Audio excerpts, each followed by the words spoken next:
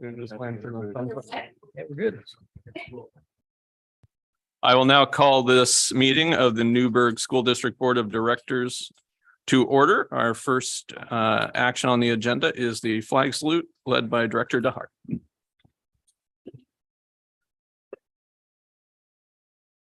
Pledge allegiance to the flag of the United States of America and to the republic for which it stands, one nation, under God, indivisible, with liberty and justice for all. Thank you, Director DeHart. And next, we will recess to executive session as per ORS 192.6602H to consult with counsel concerning the legal rights and duties of a public body with regard to current litigation or litigation likely to be filed. The board will sit at recess.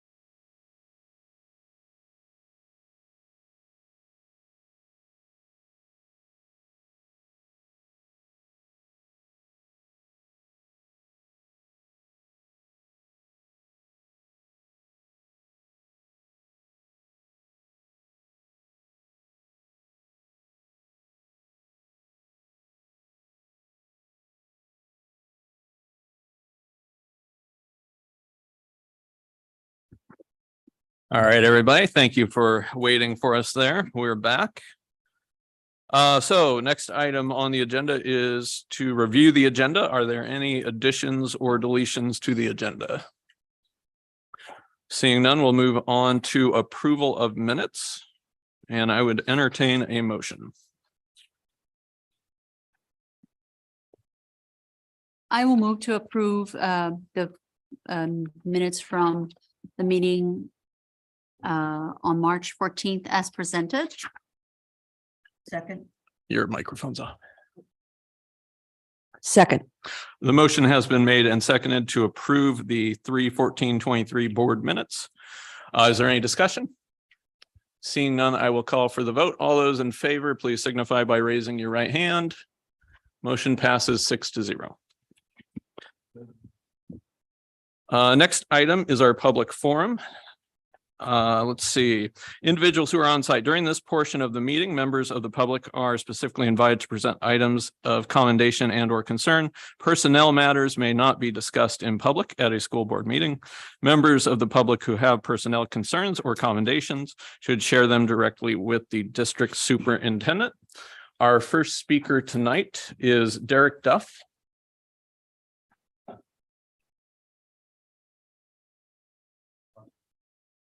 No podium today. No, sorry. It's good. And those microphones are really tricky. When I was on planning commission, I always fouled it up. Yeah. All right. Good evening, staff and directors. My name is Derek Duff. I have 2 students enrolled in Newberg School District. I've worked in data analysis for 15+ years. And right now my current role is a senior manager of commercial analytics at a rail car manufacturer out of Lake Oswego. So when I listened to the meetings, someone had mentioned, hey, everyone's enrollment's down. Newberg's on par with that. So that perked my ears up a little bit. Are we really down the same as other schools? So I ran an analysis taking into consideration proximity of schools in Yamhill and adjoining counties, as well as districts that had like-sized enrollments. And since the data that started in the fall of the school year that the pandemic occurred in 2019-2020 to the fall data that's provided from the ODE, our district among those 68 schools performed by far the worst. We were down 12.9% over those 3 years, almost 700 students. And so I understand that all schools were down over that pandemic, but when you look specifically at the last 2 years, the net loss of those school districts on average was 16 students. We lost 230. So, and most of those schools had faced rebounds. And I know, there's going to be some people talking about the district is, the board is specifically, responsible for that. I don't know that, someone can go to, any of you specifically and say, if you're looking at unenrollments, that's actually the case. But we have a really big problem here, and it doesn't seem to be getting addressed. We're talking about murals, we're talking about, all sorts of things. But at the end of the day, top line revenue for the district, which is enrollments, is really what's going to drive success. We can fill positions when we have depressed positions to fill, but we're not a flourishing district right now. And that's what we need to fix first. Dr. Phillips, I'll go ahead and send you the data that I have. And I know. I would also like to offer, if you need some additional services with analysis specific to the Newberg data, I'd be happy to help you. Thank you. Yeah, absolutely. Thank you, Mr. Duff. Our next speaker is Greg Cascella.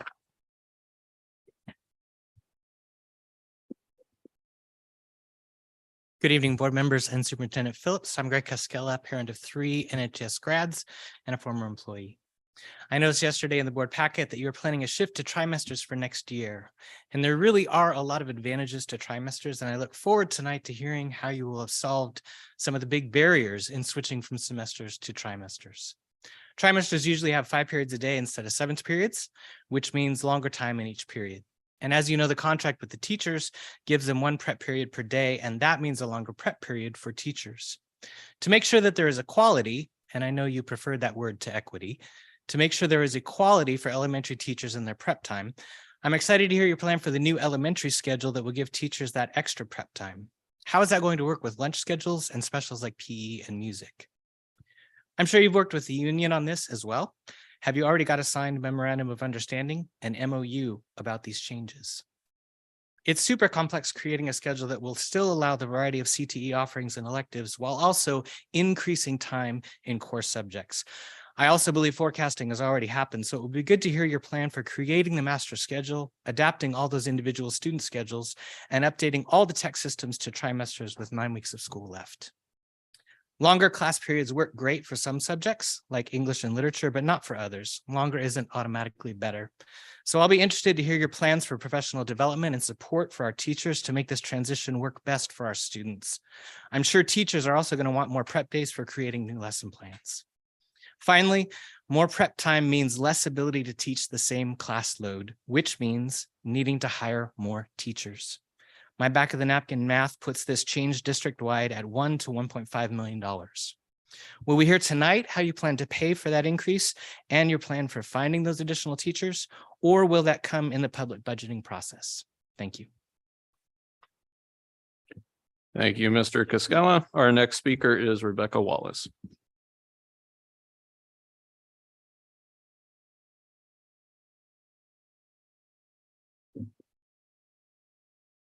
Good evening, board and Dr. Phillips. I would like to say something positive. So I came to talk about communication. Communication to the community has been greatly increased, and there are a number of parents and community members that are very aware of the district's efforts to provide quality and meaningful communication to us.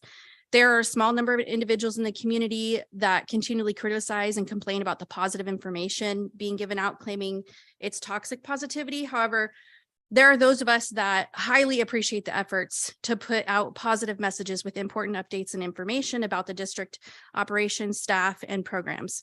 A misplaced comma, period, or semicolon doesn't discredit the message to those of us that care about the content being provided.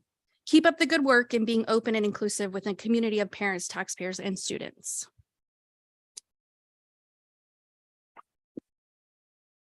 Thank you, Ms. Wallace. Our next speaker is Debbie Thorin.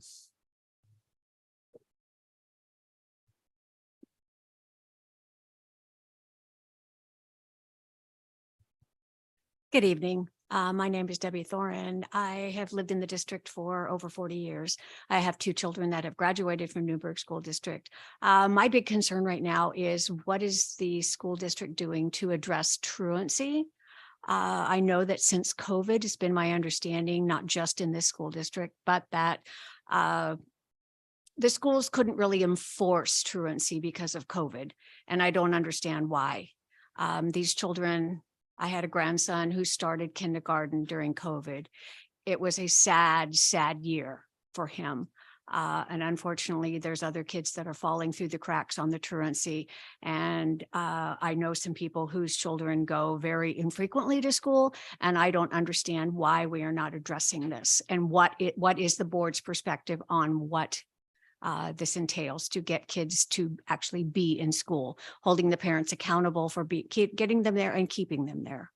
Thank you. Thank you, Ms. Thorin. Our next speaker is Lisa Joyce.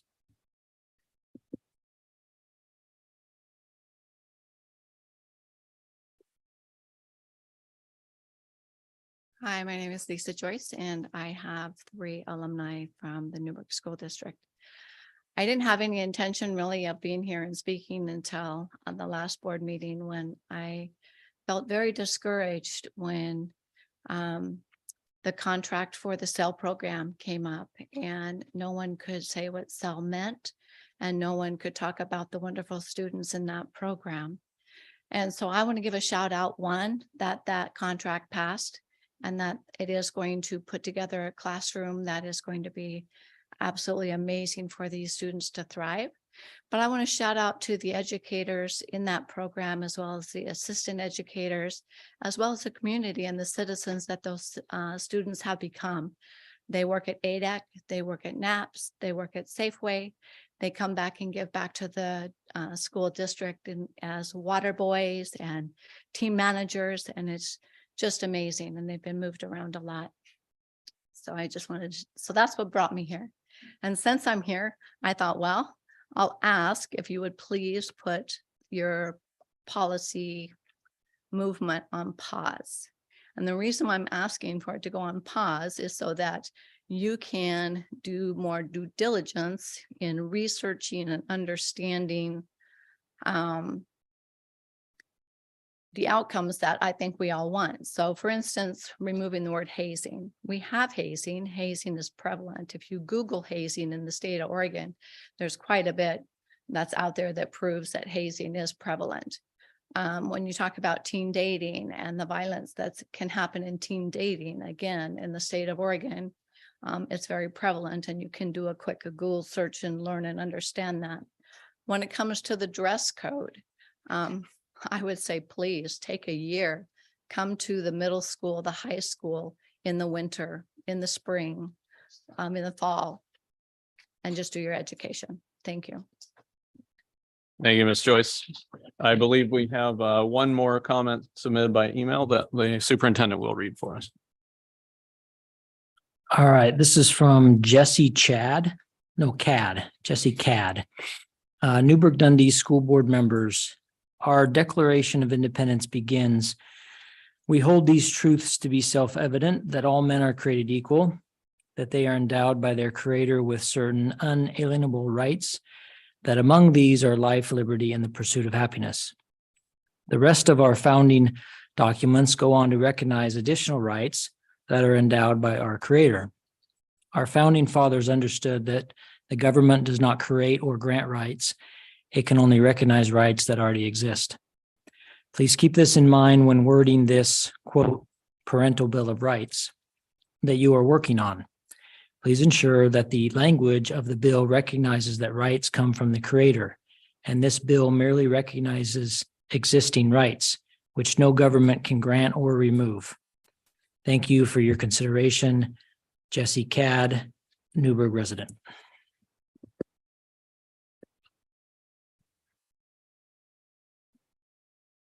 All right, next up, we have student representative board and superintendent comments, and we'll start with our student representatives.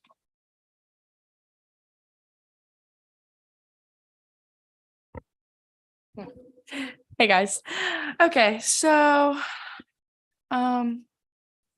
okay, first thing I have for you guys is I wanted to point out something that I had been noticing a lot of talk about at our school, the new curriculum specifically for English, but English 3.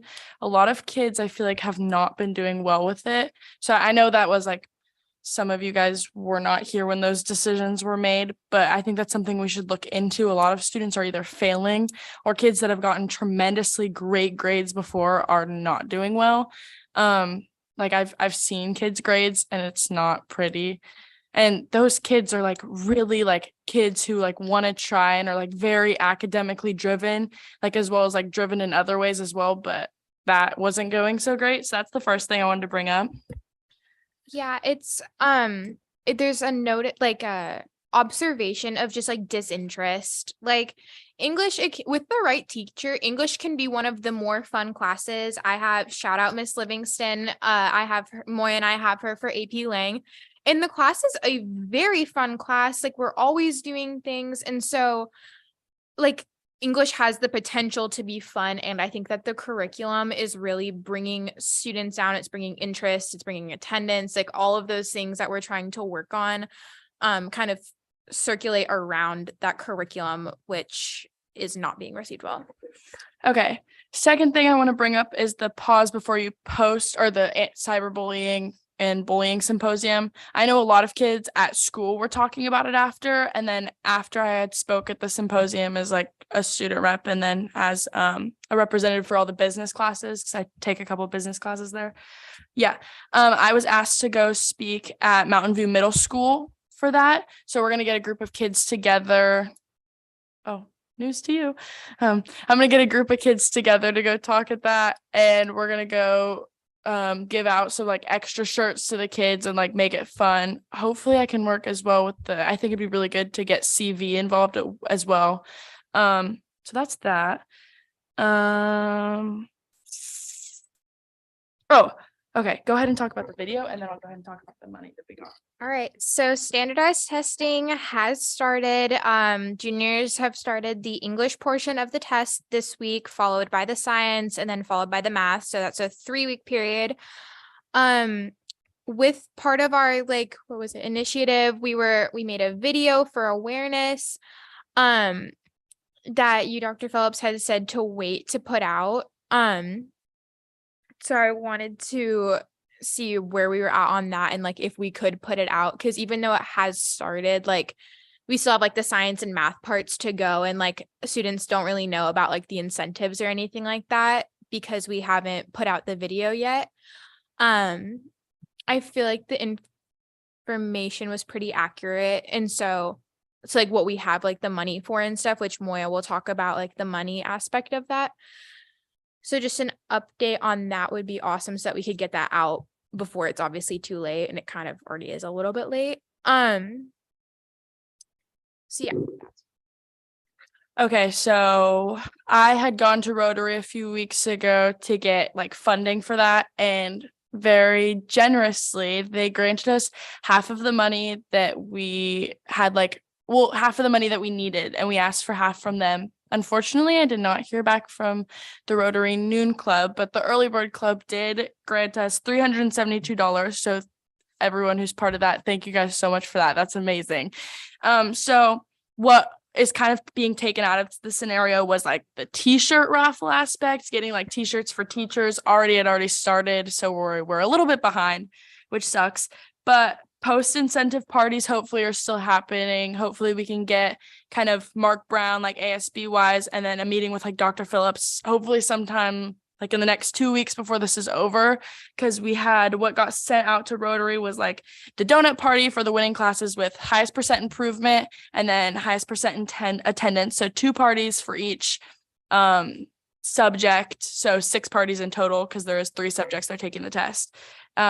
Then we have that all budgeted out as well. And then we wanted to also do teacher appreciation for the teachers who are prepping the students, because that is really hard to do. When I was prepping with my English teachers and math teachers, it was not fun because some of the stuff I don't know, and some of those teachers don't even teach that subject. When I'm sitting with my trig teacher, Mr. Weston, in class, and he's having to go over algebra 2 because we're not in algebra 2 and we took it 2+ years ago, it's hard to do that as a teacher. So we had set that aside as well.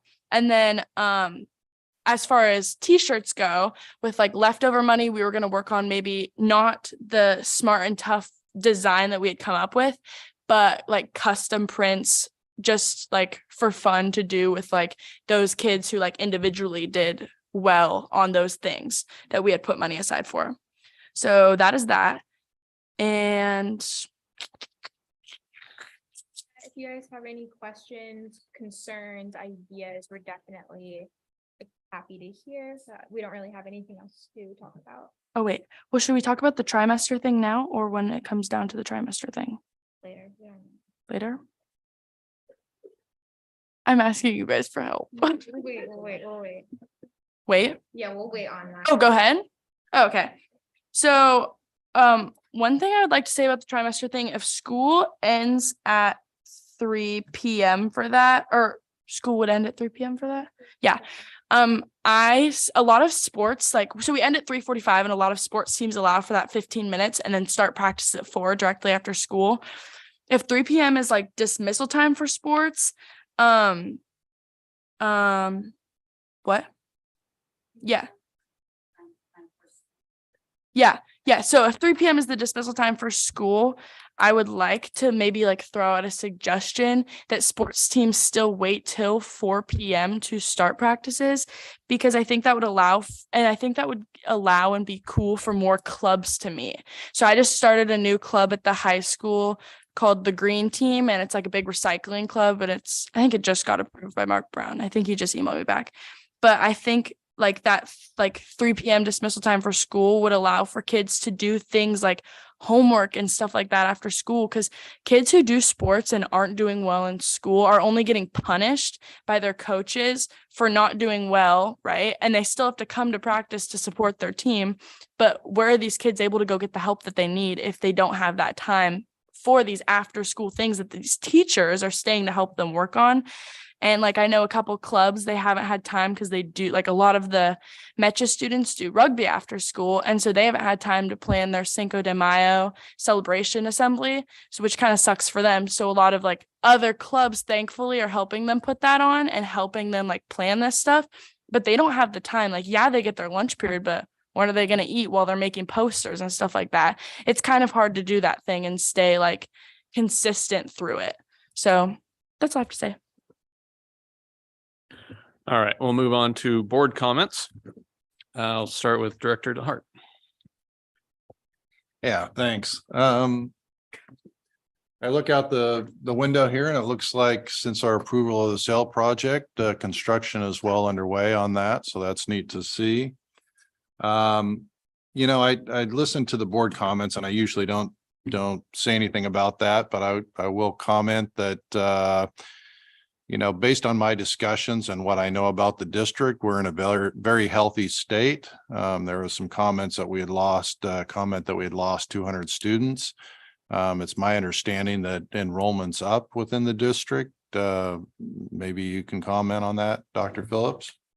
Maybe we haven't released those numbers. Well, but- it's up from what was projected. Right. So we were projected to start the 22-23 school year with 3,900 kids. Right. And we have closer to 4,200. Yeah. So that's really good news. And of course, that equates to increased revenue, healthier budget. And as Heather's talked about in the past, we're in a healthy state with regards to that, despite what went on previous. I will say that, you know, I appreciate all the work that everyone's doing within the district. There's a lot of great work, including the teachers, the administrators, the classified staff. I just appreciate that. You know, one of the comments was that, you know, the communication has definitely improved. And what I see is that we're in a mindset of continuous improvement and we're having those discussions continuously. You may not see that, but we're finding, we're having the discussions about better ways to improve communications, better ways to improve academic performance. And I think you're seeing that. If you're honest with yourself, you're seeing that. Our student reps are talking about ways to improve testing that reflects on how, you know, kind of we're graded. I know my youngest daughter is in the middle of testing and she talks about that. So I encourage her. So I know that we're in a political season right now, but I think if you're honest with yourselves, you'd have to see that we're improving within the district. Maybe you don't want to admit that or not. You know, I looked online today and saw that there's 2 other districts within the state that are on the verge of teacher strikes. So I just thank goodness that we've got good leadership, good teachers, and moving towards a very healthy environment within our district, and things are improving. So that's my comments. Director Riley. I would just like to put out a plea for help with the budget committee. As Zone 3 director, I am looking for someone that would like to volunteer to be on the budget committee. If so, contact me or Tabitha with the district office so we could complete the budget committee. Because kids want money to go to school, I guess. Director Powell. Yes, I just wanted to give a shout out to these great t-shirts, and I think it has a great message that we all can need to work on. So, and then I'm going to address the letter that Dave and I received from the Newberg Education Association, reprimanding us because we spoke out against them coaxing the teachers to vote for certain candidates on this upcoming election. I have talked with teachers who do not agree with the union leadership, and they don't support what the union leadership is doing. Teachers who have political views contrary to the positions taken by the union leadership may not want to support the union. I am a voice for those teachers.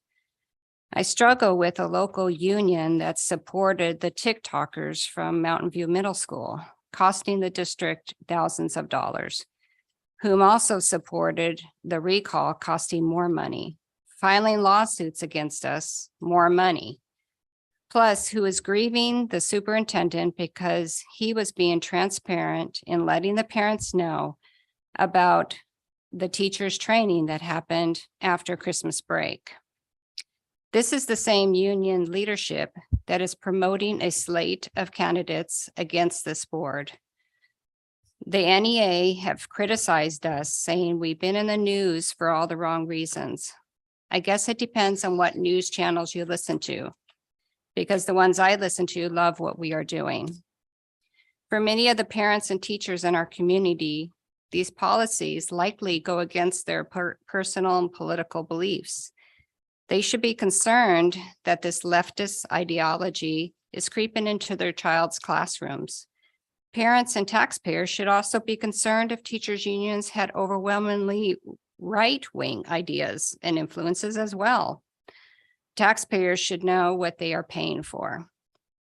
They say that we are inappropriate and wildly off base. Really? By whose standards? Also, that we should know better than to create problems where none exist just to try and advance an agenda. Really? Who is pushing an agenda? Anyone in their right mind can see what is going on in our schools, across our state, and in our country. Do you realize that 20% of the union's membership in Oregon has been lost and continues to drop from 2020? One thing that we can agree on that they wrote in the letter is that we all want a positive, thriving, and a growing school district with children and educators who enjoy coming to school in order to learn and teach and who feel respected. With teachers on track to graduate and succeed in life, with children on track to graduate and succeed in life, and teachers who are well prepared and excited to help them get there. The NEA said they need the right people on the school board to make it all happen. And that is what we are doing and want to continue to do as we move forward with our new school board this July. I love our teachers and educators. I want teachers to teach students focusing on core academics, not political ideologies that divide people rather than unite them. Please, let's quit all the divisiveness. It's not helping our students or our community. Thank you.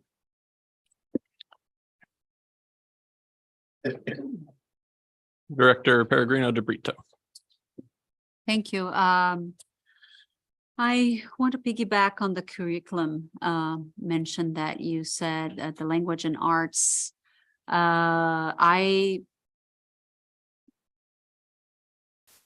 So I had an exchange student with me, and she was struggling with her English class, and I'm like, let's figure it out. And boy, I felt bad for her because what she had to read was just very different from what I remember I had to read in my senior year. So I have sympathy for your comment, and I don't know how that can be solved right now, but I'm going to try to put my head together with the superintendent and see what is the path forward to improve the situation of this curriculum, because I also was like, man, this is going to be tough. Not because of a language barrier, mine and hers, but mainly because the topic of the reading was just uninspiring. And I believe that for the kids to be really motivated to learn, what they're reading must be something that they're interested in. If it's a classic Shakespeare or something really difficult like Beowulf, so whatever it is, it has to be something that they want and have pleasure to read. So I agree with you. So my second thing is also on the budget committee. I'm on District 4, and right now we do not have a representative from District 4. So if you live on District 4, please go to the school website, find me and the school board. I'm not going to say my email because it's complex, but find a way to reach out to me. I'd love to hear from you and help you volunteer to be on the budget committee. And that's it. Director Cole. A shout out to Joel Tanner. He's our string orchestra teacher in the high school. And he invited me to sit in on one of the rehearsals. And I went there and I wasn't expecting a whole lot. Sorry, because it's because I remember my high school strings.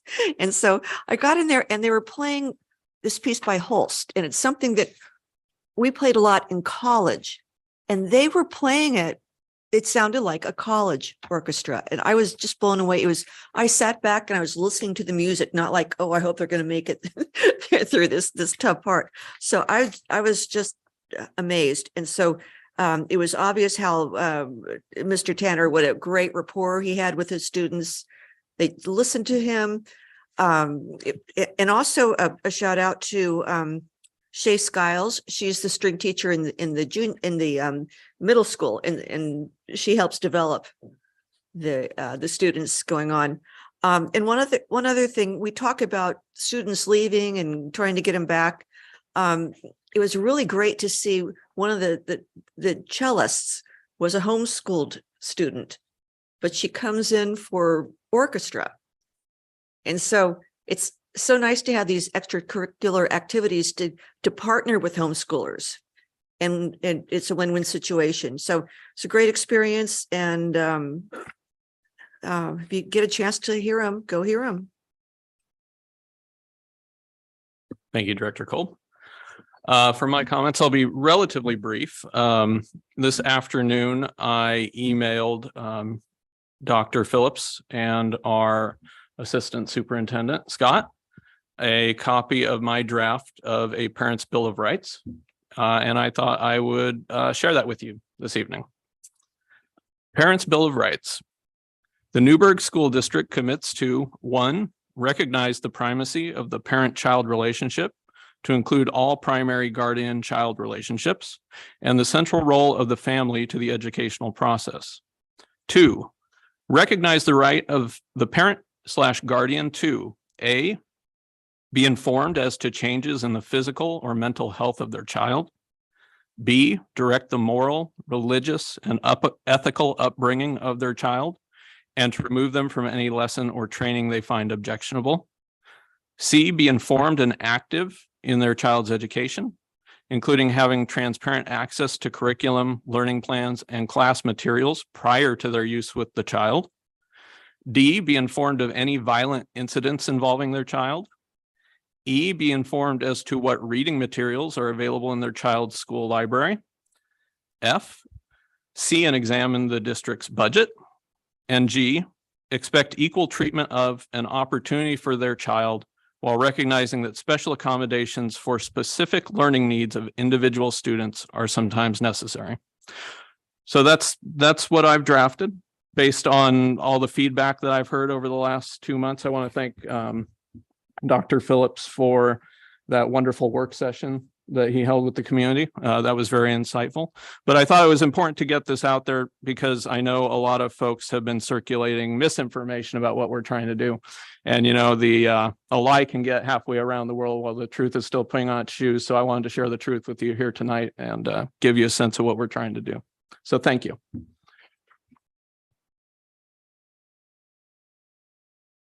Our next item is our superintendent comments. Thank you. All right, I've got a number of things, some pretty cool stuff. I found out today that our high school choir won the Pacific League choir competition. And that happened just today. And according to our choir director, Matthew Fletcher, he's been here 8 years and it's never happened. And he says he doesn't think it was happened for a couple years before that. So probably about 10 years since we've done that. So that's really awesome. Budget season is upon us. That's not really good news. It's not fun, but we are in budget season. Appreciate Heather and her work and the budget committee for the work they did. They put in some time today at 6 o'clock. Parent Bill of Rights, with what Director Shannon said, and then on our agenda, we have it on the agenda, so I'll talk a little bit about Parent Bill of Rights when we get there. Also, trimester calendar and board calendar, that's also on the agenda, so I'll talk about that when we get there. April 3rd, so 8 days ago, last Monday, I had an opportunity to go to Newberg City Council meeting. And I wanted to thank the city council, the mayor, the city manager, the chief of police. We've been working for quite a while on how we can get another SRO in our buildings. And through the work that the city has done, some partnering we've done, and some things we're yet to do, we are there. They approved with a unanimous vote to award the school district $152,000 at that meeting for an SRO. So I'll publicly thank them for that. Also wanted to thank, as our student reps mentioned, Rotary and also the Newberg Education Foundation. They've both kicked in some money to help shed some light on our state testing and putting our students in the best possible position to do well, to showcase their talents. Also ADEC, man, they're great partners. Out of nowhere, ADEC got a hold of me, said we have a number of air filter machines. There's one out in the lobby. They are top-notch, surgically clean air. They donated enough that all of our schools have several of them, and the manufactured suggested retail price for all of it was over $350,000, and they donated it all. So I want to thank them for that. And lastly, Jan Hart, I think I saw her. There she is. So I want to thank Jan. She wrote a grant through the Austin Family Foundation for $10,000. And she was awarded that grant, and that will help out our health center and specifically the resource portion that she runs. So two more things. Testing, as the girls said, it's underway. It's happening. And so I want to thank the administrators, the teachers, the students, the parents, everybody who's kind of realized that it's important. And they're doing the work to hopefully showcase what they've learned. And I anticipate some real positive scores, some growth, and that's the key. It's growth. So I'm excited about that. So I want to thank the girls for that. You guys are awesome. And all the teachers and parents and kids that have kind of recommitted to this. Everybody talks about Newberg and it's been through all this trauma, and it has. But that bad stuff doesn't have to define us. Newberg is so much more than that. And we need to put it behind us. And if we do that and have a positive outlook and keep working hard, we can be the Newberg we want to be, rather than the Newberg that some newspaper tells us we are.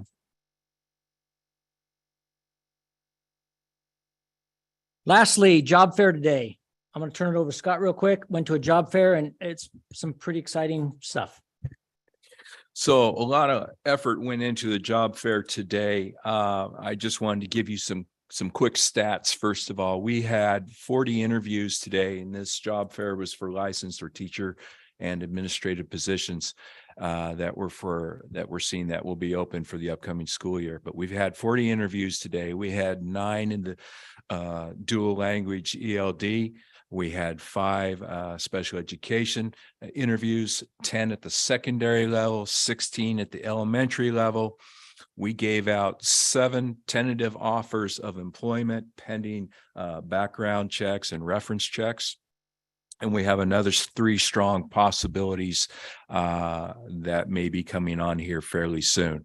So this is something that we as a district hadn't done for quite some time, whether it was a past practice or whether it was COVID or combination of all the above. So we came together, some old guard, some folks that have been here in the district with us for a while, and some of the new faces, and we came together and just appreciate the strong team effort. And I can dovetail with some of the sentiments that have been shared here tonight. The fact that we had 40 people that were waiting there in line sometimes for almost an hour in order because we were so backlogged in certain areas that they're willing to come and check us out and give us an opportunity was fantastic. And I can tell you, especially the employees that have been here in the district were extremely enthusiastic with what we experienced today. So thank you for giving us the opportunity.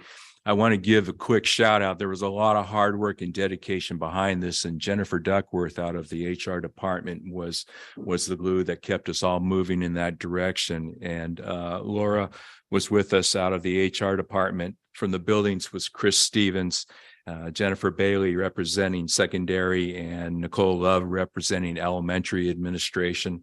Jillian and Angelina out of the learning and teaching department. And then with our special programs department, we had Tony and Amy representing.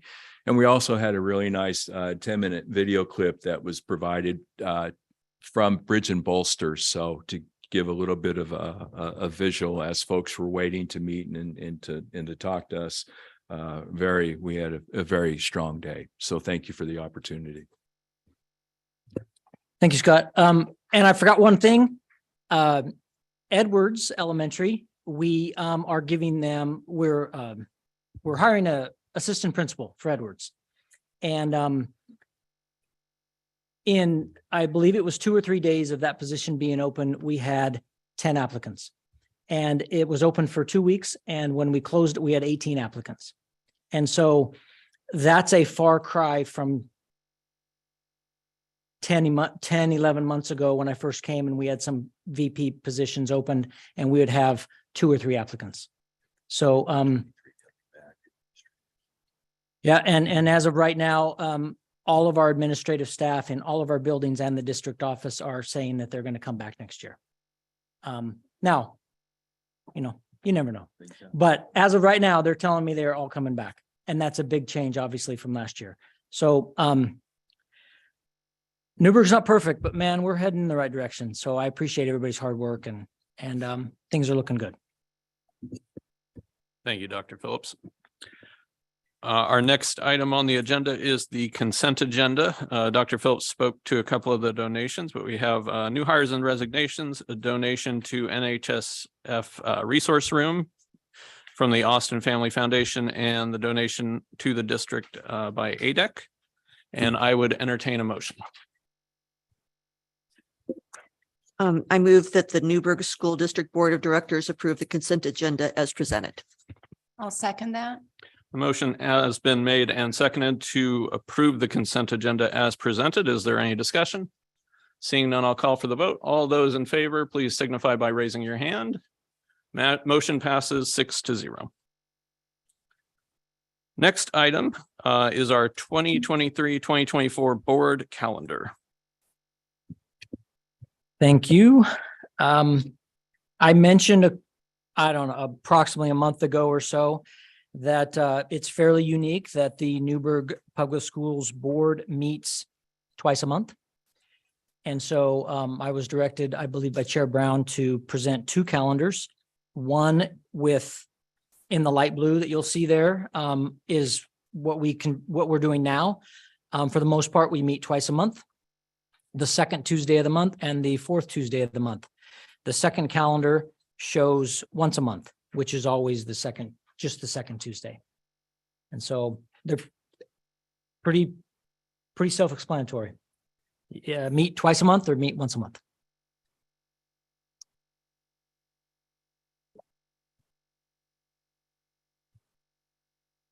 Question? Yeah. What would the benefit be of moving it to just 1 meeting a month? Well, I think you can, I think 2 a month is a lot of time to dedicate. One thing also is with 1 a month, we could start, let's say 6 o'clock. We could plan on going to 9. We could have, in a way, 2 meetings in one. We could go from 6 to 7:30 and do board business. Then we could maybe take a 5-minute break, go from 7:35 to 9-ish and do the work session business. So I think we could combine the 2 meetings, be more efficient with our time. And so it's an efficiency thing for the most part. Will it benefit district staff? I assume they only have to plan half the number of meetings, so that would probably be some benefit to your staff. Yep, that's for sure. We would definitely still have public comment as well. Similar to now, we have public comment once a month. We would continue to have public comment once a month. I like the idea of less meetings. I say that at work a lot, but I'm going to say that here as well. If we are able to save resources from your district, from your staff to, less work, and I am for once a month. I think that we've lived through meetings that lasted until 11. We don't want to do that again, but if we can be efficient with our time and have this meeting be just once a month, I am for it. I don't have a problem starting at 6 and going through 9. So that's my position. So I guess I'll just go around to each of you and you can just say your preference once or twice a month. Does that work? That way we kind of get a straw poll where everyone's at. Director DeHart. Director Ryan. She's already stated her. Okay, well, I'd entertain a motion. It's no skin off my back. I don't have a dog in this particular fight. I move that we accept the schedule for the 2023-2024 school district board of directors, and I guess that would be draft option number 2B. Try. Correct. I'll second that. The motion has been made and seconded to accept option 2B for our board calendar. Is there any discussion? Seeing none, I'll call for the vote. All those in favor of adopting calendar 2B as our board calendar, please signify by raising your hand. Motion passes 6-0.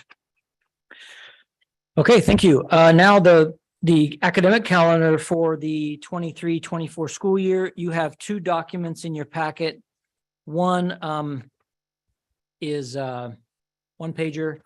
It opens with trimester support for teaching and learning objectives and board goals. And then the second is the actual calendar that shows the trimester. In a nutshell, a trimester, as opposed to what we do now, a semester process. Semester is, and I'll just talk about the high school, but the high school has 7 periods a day, and they have grades halfway through, that's first semester, and then the second half, second semester. 7 periods. So that's 14 classes that kids can take. You get a half credit per, so at the end of the year, you can earn 7 credits. What a trimester does is trimester chunks it into 12-week sections instead of 18s, and you only do 5 periods a day. And so those periods are now, instead of 50 minutes-ish, they're 70 minutes. And you have a 5, a 5, and a 5, so that's 15 halves. So at the end of the year, you can get 7.5 credits. So in a high school career of 4 years, students have an opportunity to earn 2 extra credits, take those 4 extra classes. For what I'm interested in, the reason why it interests me the most is we have students that are below grade level in mathematics and English language arts. And in a traditional in a traditional trimester schedule, a student could take math the first trimester and the second trimester. They've earned a credit. Then they take the third trimester off because you only need a credit that year. Next year, you might take the first trimester off and not take math. And then take math 2, 3. I don't like that, right? Especially for our kids that are below grade level. So the high schools assured me that if we go to trimester, kids below grade level will be in math all year long. Kids below grade level in English language arts will either be in it all year long, or there will be other support systems in place. I believe as educators, our fundamental duty is to educate kids, and it's in the core. So if you're struggling in mathematics now, you get 50 minutes a day for the year. If you're struggling in mathematics next year, you'll get 70 minutes for the year. Every day for the year. That's what hooks me. That's what gets me. That's why I'm in support of it. The high school staff is overwhelmingly in support of this, of this change. The middle school staff in both buildings are as well. Theirs will look a little different. We frankly haven't quite got that ironed out yet. It most likely will not be a 5-period day, could be a 6-period day. Holly from our teaching and learning department, she was the one that was kind enough to put this sheet together that ties what a trimester can accomplish and how it aligns with your board goals, and also how it aligns with the integrated plan that Brittany, Holly, and Jillian presented last month. If we're going to meet those ambitious goals of 95% in mathematics and 95% in ELA, we've got to dedicate time to it. I want when someone looks at our schedules, they see our priorities. And I think our priorities right now need to be the core. So I'm excited about it. From what and the union has been involved, and there will not have to be an MOU. We will not have to give the elementary teachers 70-minute preps like the high schools get. That is not in the CBA, the collective bargaining agreement. That is not true.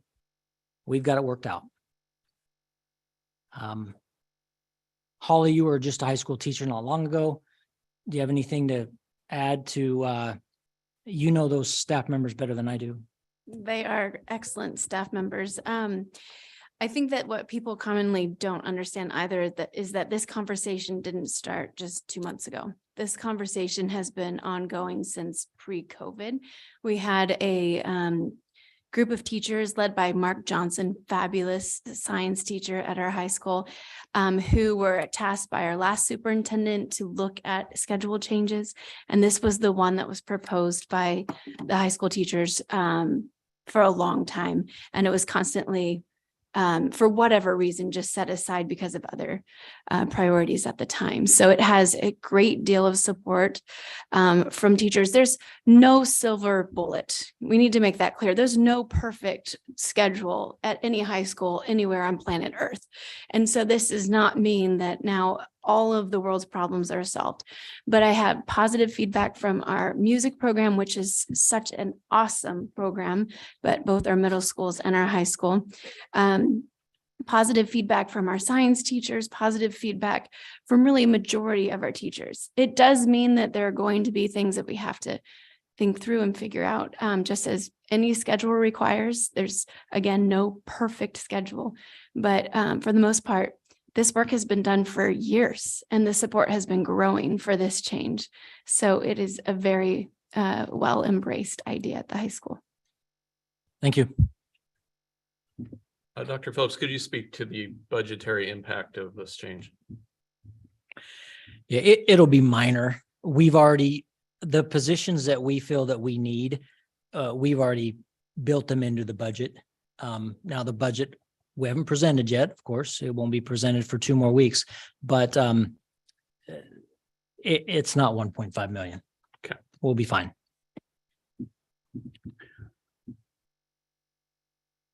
I have a question. How does that like change requirements for like extracurricular activities and athletes? So if you bump to 5 class periods a day, currently athletes are in, I believe it's theater, orchestra, choir, all of like the instrumental like clubs and groups. They're required to pass 5 classes, like that week of their competition for their sports. Well, yeah, you could like, this really sucks for me to say, but I'm just going to be honest. Yeah, you could lower it, but where's the accountability level for students then? Right. So if they have to pass 5 classes now and you don't lower the accountability, like hopefully maybe then, like, let's say, then it goes back to my point of like allow for like a 4 p.m. start time for like practices.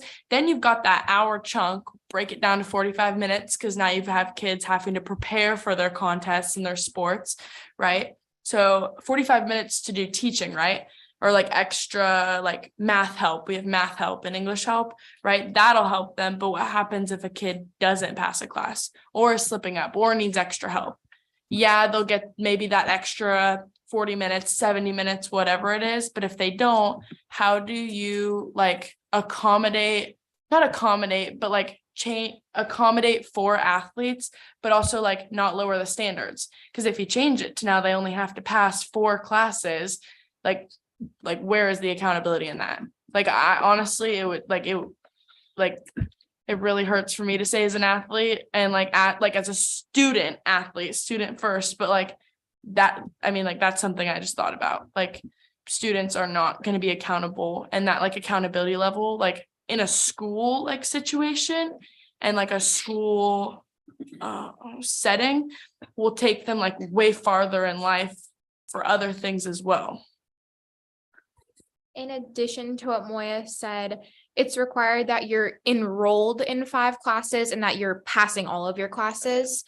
Passing 5, enrolled and passing 5. Yeah, so that's like first, if it's continues to be 5 and we only have 5 classes, that just eliminates like options like late start and early release for upperclassmen who are also enrolled in sports. And so in work and experience, things like that, where the 5 out of 7, like having 5 classes of the 7 periods was to accommodate that for like the current schedule. So what would be the accommodation to still allow like some fairness where like, you know, these athletes aren't getting punished by not being able to have late start or early release from having to be in all of these classes, but where it's not like our expectations aren't lowered and it's not too easy.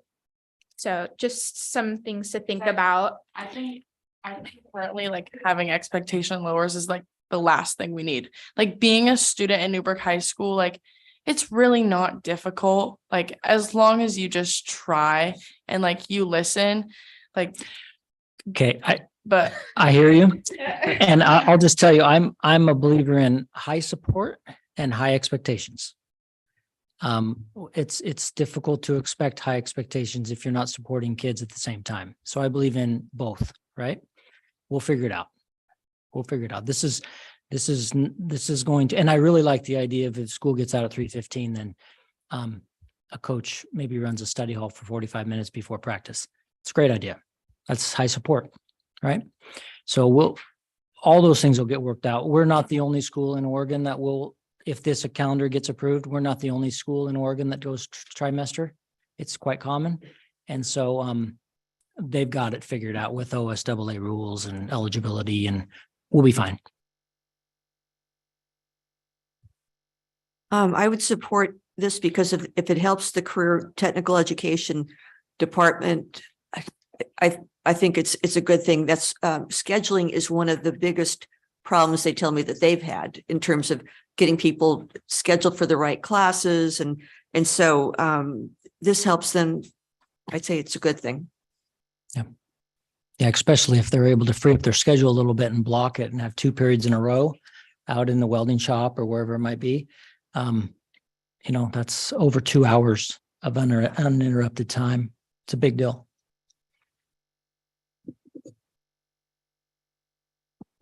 And so you're looking for us to approve this calendar tonight? Yes. I move that we approve the calendar, moving this system to a trimester as presented by Dr. Phillips. I'll second that. The motion has been made and seconded to adopt the trimester calendar as presented for the academic calendar year 2023 to 24. Is there any discussion? I just want to say thank you for getting this done. I mean, we've been talking about making a change similar to this since I started on the board, and the previous administration could never seem to actually get the ducks in the row. And in the short time you've been here, you've made it happen. So I appreciate that. I know there'll be challenges that you guys have to work through, but I have great confidence that you'll solve those as they come up. And with that, I will call for the vote. All those in favor of adopting the trimester calendar, academic calendar for the 2023 through 2024 school year, please signify by raising your hand. And it passes 6-0. Thank you. Thank you. All right, next up, we have a slight change in the order of the agenda. Our next item will be world language adoption.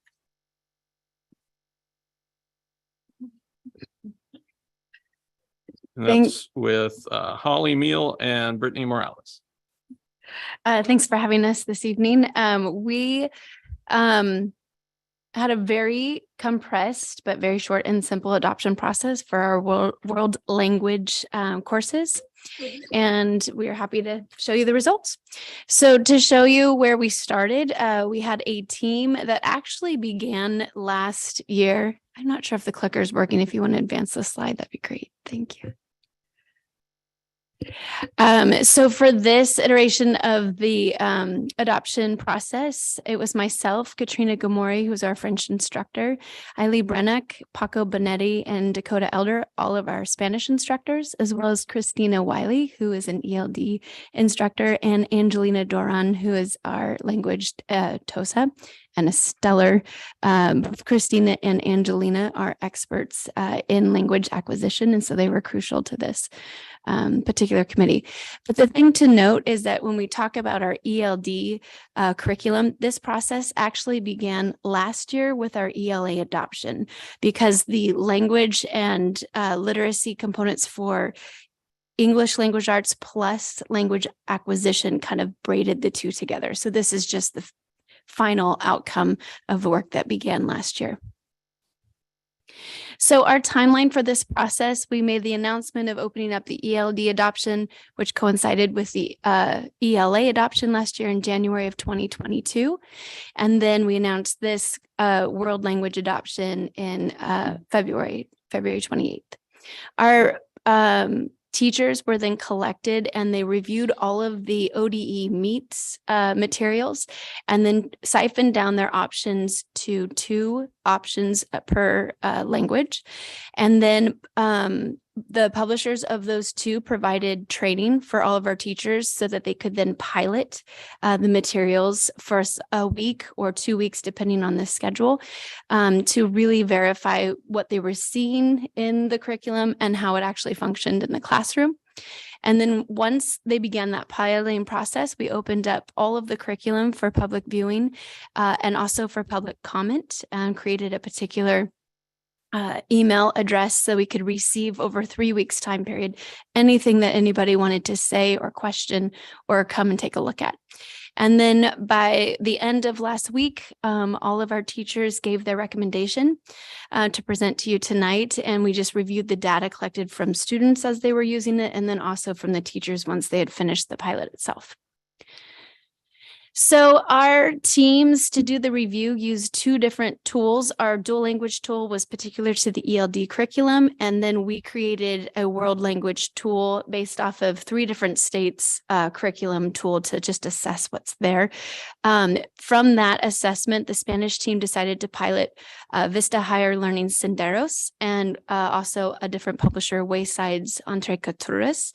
And then our French team, which was particularly Katrina Gamora, because because she's our only French instructor, piloted Wayside. She didn't pilot both because she could see a flaw in one right away. And so she didn't spend any time on that. And she just wanted to verify the one that she had chosen was excellent in the classroom. So that's what she piloted. And then our EL team already processed and had piloted the Get Ready curriculum from Vista Higher Learning as well. So the overall evaluation score for the Spanish curriculum suggestion from our teachers was Senderos, which is from Vista Higher Publishing. It was a unanimous decision from our 3 instructors, which was awesome to see because it is hard. You guys can imagine working with a team of teachers to be unified on a singular choice. And to them, this was no question. Our projected costs for a 7-year contract, which not only includes the print text for each classroom, but also all the online materials, as well as our online licenses for all students for the next 7 years, is just at $100,000. And then our recommendation for French is the one that our French teacher piloted, Andre Couturris from Wayside. This was not only highly ranked by our teacher, but our students raved about it in the feedback. So this one particularly seemed to be an excellent fit, with a cost for the next 7 years being just under $40,000. And again, that's for print materials, digital materials, as well as all the online tools and consumables that could be used. This is our ELD curriculum. It was selected through the ELA process, but then looked at again through the lens of world language needs. It is particularly for our co-teaching model with instructional strategies that pairs with our ELA ELD program, and it offers solid K-12 district alignment for all of our ELD classes across the district, and in all the 3 required areas from our state. So all of the materials that anyone had an opportunity to look at were all approved by OED and meet standards at each level. So that wasn't an issue, but it was wonderful to see that all of our teachers were unified in the options. When we opened this up for public comment, again, it was almost 3 solid weeks that this was open. We had 2 inquiries, and that was it. One was requesting use of the materials because they looked really cool. And one was asking some clarifying questions. We responded and they had no more comments or questions after that. And again, this is the email that we used, and really very few people responded. So our overall recommendations would be to approve Senderos levels 1 through 4, as well as the AP curriculum called Temas. And then also for our French courses to approve Wayside's program along with the AP level that they have as well. And then approve the Get Ready curriculum from Vista for our ELD programs. That's it.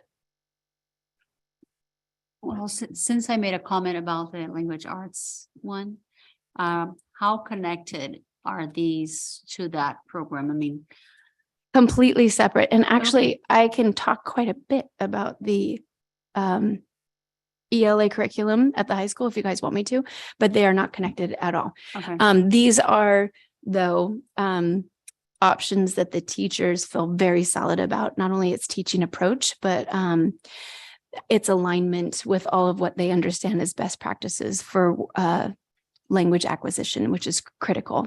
ELA has a different set of requirements, and they're not connected. Okay, thank Yeah, you. absolutely. That was my question. Any other questions, discussion? And when will we be looking to vote on the adoption of this curriculum, Dr. Phillips? Holly, when do you and your team need to get this? If you don't mind, we would love a vote this evening if possible. I have the materials if you guys want to look at them, all the hard copies. We are running into a time crunch because this needs to be paid for of this year's budget, and they need to be ordered and then on site by the end of June. If you guys would love to take a look, I can grab those for you right now. No, I'll go ahead and rely on your expertise and your feedback and the data. And I'll say that because last time I went in, I came in here and I looked at everything and I went and anyhow, it doesn't matter. I think that my only thing is like, how come no Portuguese? But I'll just leave that out. I'll try to retract that comment. And I'll recommend an approval per what has been per your recommendations. And there's 1 through 4. Do you need me to read it the whole thing, or can I just say that? Yeah, read it all. As presented, I'll ask for an approval from the board. I move to approve, I guess. Is there a second? I'll second it. The motion has been made and seconded to approve the world language curriculum as presented. Is there any discussion? I do have some questions. Number one, Heather, back at you, since it's going to be coming out of this year's budget. But I imagine that you guys have worked in concert together and this isn't an issue with our current budget. Okay. And then I've heard in the past that because of logistics, it's hard to get stuff in. Is that going to be a concern, getting the hard copies, getting access to everything for next year? I appreciate the concern because we shared that concern and already had made a lot of phone calls. So we take the quotes from the actual publishers and then have already presented them to the Northwest Textbook Depository, and they have already verified that everything's in stock. So as soon as we have your approval, then they'll go ahead and process our orders, and it shouldn't take very long. And we are just finding the space to store them for now until we can get them into teachers' hands when they do arrive. But right now, we don't see any problem with getting them on time. And I will make one other comment. I know that you talked about math, Dr. Phillips, going to the trimester system. I know, at least from my education and looking at my own kids' education, that skipping, critical type STEM classes, sciences, math and stuff like that, going for 1 semester or what will be 1 trimester, and then skipping a class. If it's a kid who, like my son, doesn't really care for math like I did, it becomes that much more difficult to fill those credits when you're skipping semesters or trimesters. And I know it's got to be the same for learning and a foreign language like that. So I like what you said. I hope that is our concerted effort with scheduling, that we try as best as possible to get kids on these required and difficult classes, ELA, scheduled one after another. So they build on that. I'm going to build on that to say that as you were talking that, I remembered my mother saying, math is like a chain. You cannot break it. You have to keep on doing it. So with that, I would like to, and I'm sorry if it's a little bit off topic, but I would like to see that as we are building these schedules for these students, that we are taking into consideration not only the ones that are, oh, he's struggling in math, he needs to do math every trimester. I think this goes for all students, that the core subjects, science, math, English, there should not be a pause in their education for them to have a break to do something that is not academic. That's my opinion. I may be very wrong, but that is just building on what he's saying, that we should look into every kid having an opportunity of taking these core academic classes every trimester of their tenure in high school. And that's it. Wait, opportunity or requirement? If it were my kid, it would be a requirement. Nice. And I think that's the right answer, right? If it's my kid, me and my kid can figure that out. The problem is if we were to say all year round of year 5, all year round, you're going to be in math regardless. You're going to be in ELA. You're going to be in science. You're going to be in social studies. You've got 1 left. Right. And it's tough when if you want to do CTE or choir or band or whatever it might be. So I believe in parent choice, right? So the motion on the table is for the adoption of the world language curriculum. Is there any additional discussion? Seeing none, I will call for the vote. All those in favor of adopting the curriculum as presented, signify by raising your hand. Motion passes 6-0. Our next item is the new website rollout with Scott Marlin and Rose Etherington. You don't have a microphone.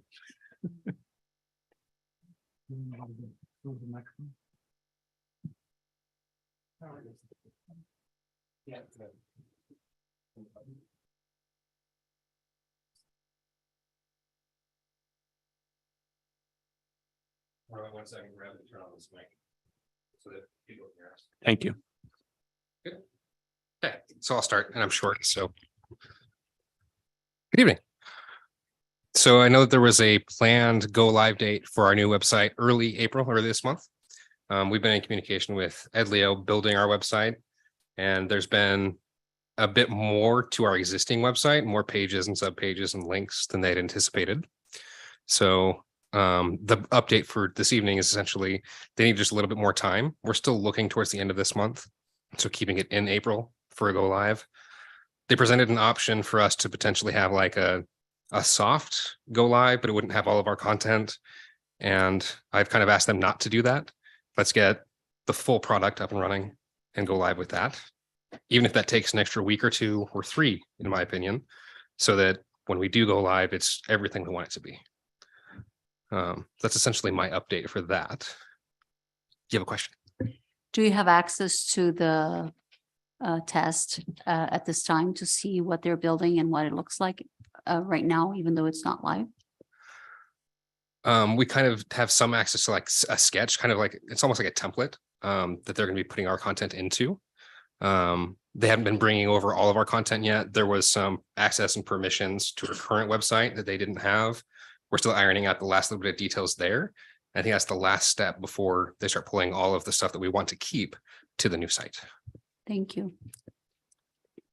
I just want to say I concur that it's better to bring the full website out rather than have a soft doing it in stages. People won't understand. Some of them may not understand that it's that's going to improve. And so it's just better to do it once, to have the big fanfare, do it right. So yeah.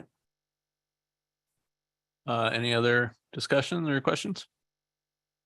Thank you very much for the update.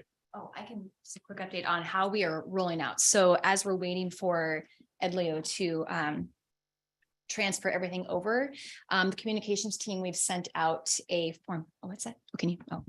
Oh, we've sent out a form to right now just to the administrative office, to all of the departments, asking them to let us know what links they want to keep. And then tomorrow and the next day, it will go out to all the schools, same thing, so that we can start working on being ready to go in and delete everything that is not necessary, just because there is a lot of stuff that does not need to be there. Everything's being transferred over. So we are going to be prepared just to immediately go in. And the second phase is we will actually go in to each of the departments, each of the schools. We have a spreadsheet of our kind of our point people there that will be working with us to get everything updated on their ends. And we will sit down with them and help them get everything updated. We'll show them from the back end how to do things. We're also creating little how-to videos that we'll have in a folder for everyone to access if you want, how to update things, upload things, whatever they want to do. So that's what we're working on right now. Any questions about that?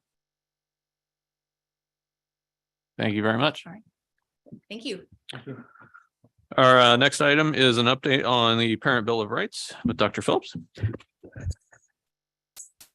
All righty. So March 20th, we had the Parent Bill of Rights meeting. It was a Zoom meeting for about an hour. It was scheduled to go an hour. I think it went about 75 minutes. We had approximately 50 people online Zooming in. What we did was we broke out into 5 breakout groups that were each facilitated by a different district office personnel. Had some guiding questions for the 5 groups. Each group had a spokesperson that kind of only spoke for the group. And then we came back together for the last 30 minutes or so, and each group reported back on what they came up with. So to follow up with that, and by the way, it was quite, it was very collaborative. There was no negative. Yeah, there was no drama. It was great. Everybody there did a great job. And I appreciate that. And kind of a guiding theme was that people felt like they didn't have enough time. Like I said, we scheduled an hour and we went long, and people even wanted to go longer. I think it's fair to say, but we just didn't really know. So we sent out a survey about a week ago, and so far we've heard from, we asked for everybody to survey by yesterday so we could have this information for tonight. We've heard about 50% of the people, so about 25 responses. First question was, how satisfied were you with the Zoom meeting? On a scale of 1 to 5, 5 being the best, 1 being the worst. 50% of the people land on 3. So it was okay. Not great, but okay. About a third of the people went to a 4. About 10% went to a 2, and about 10% went to a 1. So it was pretty even, frankly. Next question was the call informative? Did you learn anything new? It was the majority of people landed on 3, half of them. And then the rest of about a quarter went this way and about a quarter went this way. So it was pretty even. Nothing outstanding. Next question, if you were to schedule a second Bill of Rights meeting, if we were to, would you attend? 92% said yes, 8% said no. That's not too bad. The next question was, if your answer to having another meeting is a yes, how would you prefer we meet? Would you prefer in Zoom or would you prefer in person?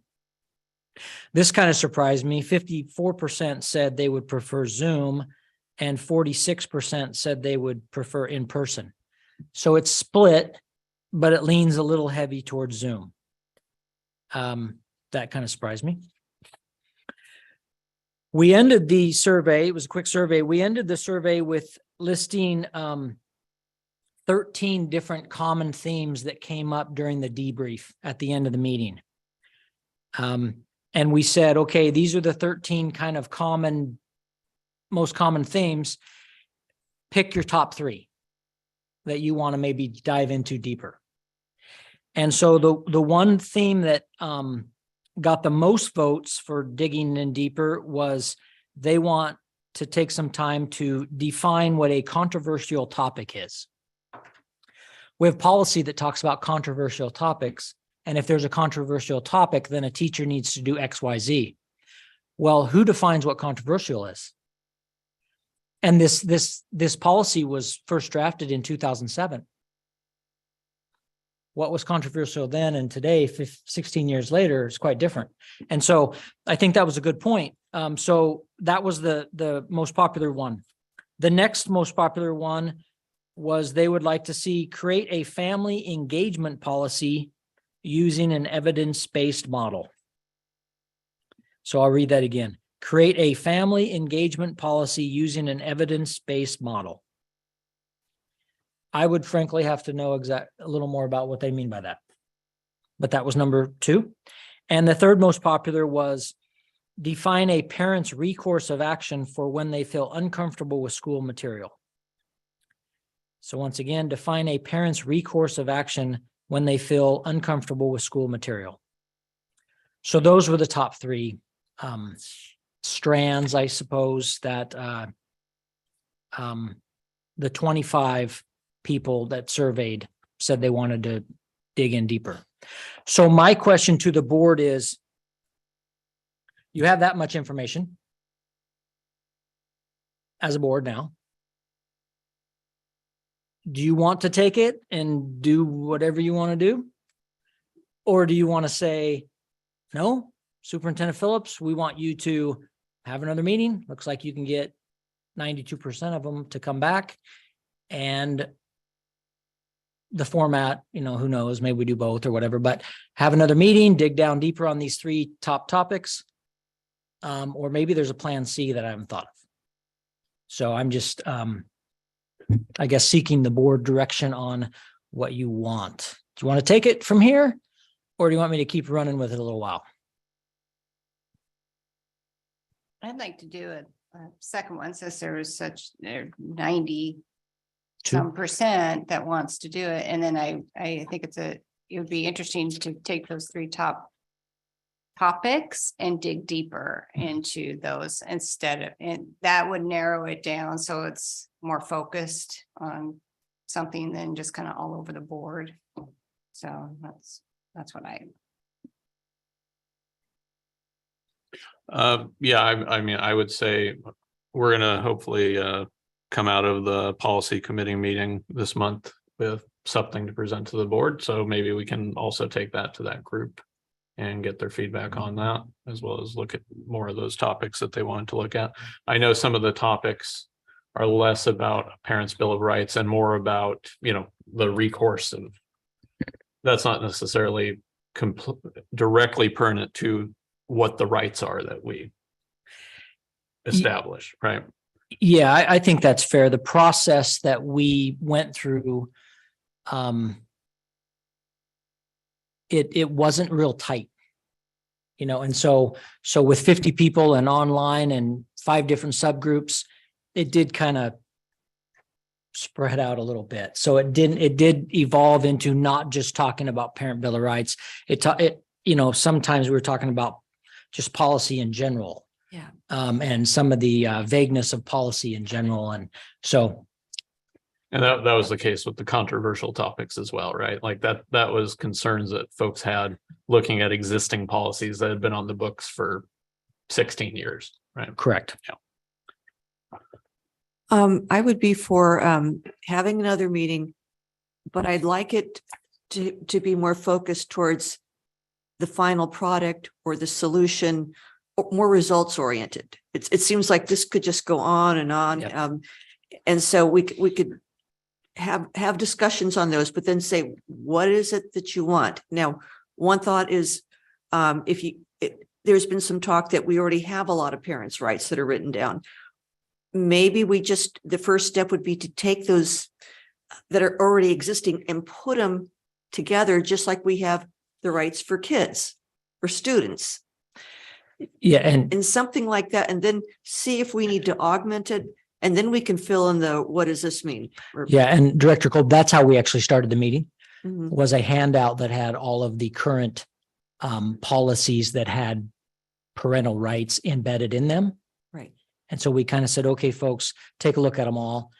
But you know, then it got into, do we put the entire policy? And some of those policies are 8 pages long, and there's a total of 25 policies, and we don't have time for the group to read 200 pages. And so do we just get a little snippet of it so people can rush, we tried that. And once again, an hour just wasn't long enough. Yeah, But I like the idea of we need a deliverable. yes. I appreciate that. Yeah. Yeah. Any other discussion? Okay, so I have a few questions. My first one would be, what do you guys think an accurate timeline on like this being presented and like voted on would be? Because I feel like it's been an ongoing topic, where not a lot some progress has been made, but like if we were going to collect students' opinions on maybe what they think about all of these new ideas, it would be really helpful to have kind of a timeline on they're going to propose this whatever day, and so we can have all of our information presented to the board on what the student side of this would be. Before that, Brian, I would also like a copy of your draft of what you were looking at. And then what would be the difference between like what Brian presented and then what Dr. Phillips presented? Is that just going to be combined into one thing, or was what Brian presented his own thing and then what you presented from the people? Like new versus old. Well, what I read was my draft proposal for the actual language of the actual parental bill of rights. What he was presenting was the results of the survey after the work session that we did on the parental bill of rights. Okay, so they're not really connected. No, not directly. Okay. Yeah, I definitely have not drafted any kind of a policy. Okay. And I'm trying to understand, so this parental bill of rights, will it be a policy? Well, that's a decision for the board. Because my understanding is that we have a number of policies in place right now, old as they may be, needing definitions and clarifications as they may need. I have a concern about adding a policy to what we already have policies for that will be repetitive to what we have in other policies.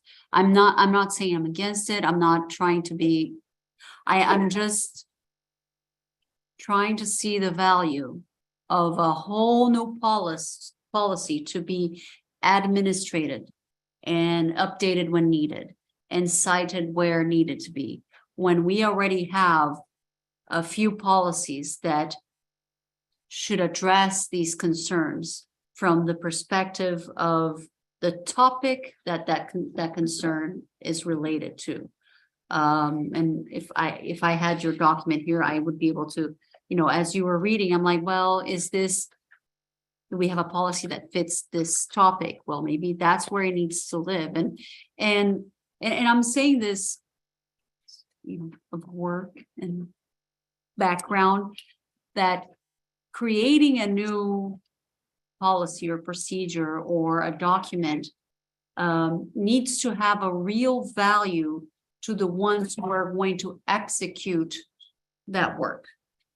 And I am concerned that while, yes, the information mentioned this in your draft is great, is in this new policy where it should live, or the blurbs of it and updates to, definition of controversy, and such work should be done from a policy committee level in the current policies that we have.